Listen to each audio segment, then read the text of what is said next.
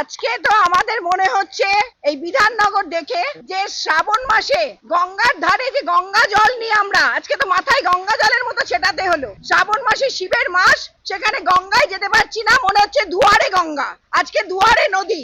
আজকে এই নদীটার নাম আমরা দিয়েছি বিধাননগর নদী। আজকে যেসব বাণী নিয়ে বড় বড় সব ঠাকুরের নামে কৃষ্ণা, তুলসী, মানি এইসব নাম নিয়ে যারা ভোট লুটেছে, ভোট অপব্যবহার করেছে, মানুষকে আজকে যেখানে দাঁড় করিয়েছে কোনো সেবা দিচ্ছে না, মানুষের পরিষেবা। আজকে বৃদ্ধাশ্রম সবাই জানে হয়ে গেছে।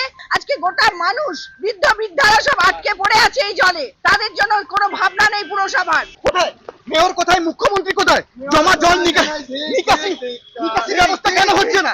নিকাশি ব্যবস্থা কেন হচ্ছে না? নিকাশি ব্যবস্থার এই বেহাল দশা কেন? বিধাননগরের মানুষ, কলকাতার মানুষ এই ভুক্তভোগী হবে কেন?